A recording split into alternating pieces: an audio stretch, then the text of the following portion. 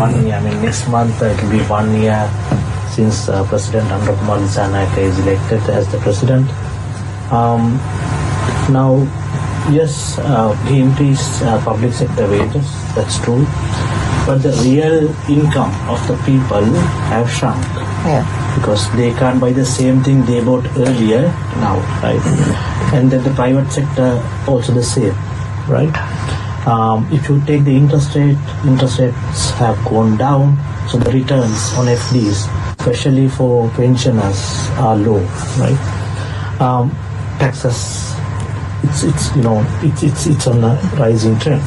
So if people ask you after 1 year, okay, you have reduced the corruption, where is the benefit for us?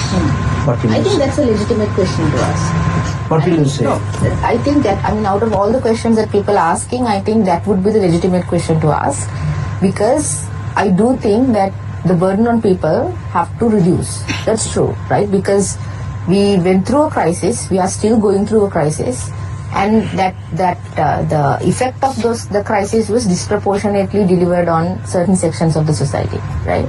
And we are trying our best to make sure that it changes. Of course, Mr.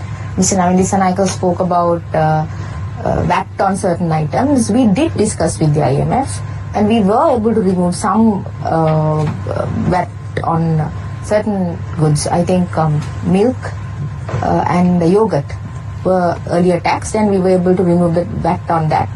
And we wanted to remove the VAT on school stationery as well, but unfortunately that discussion didn't come through, that negotiation didn't come through, so that we are still going ahead with it, right? But we do not think that these are, this, as much as we understand that we are in an economic crisis and all of that, we also think that people have paid a huge price for that crisis. That we agree. Even the president said that when he spoke about the economy, he did say that, he also accepts that this has to be delivered to the bottom. That is where we are aiming at, right? My question. So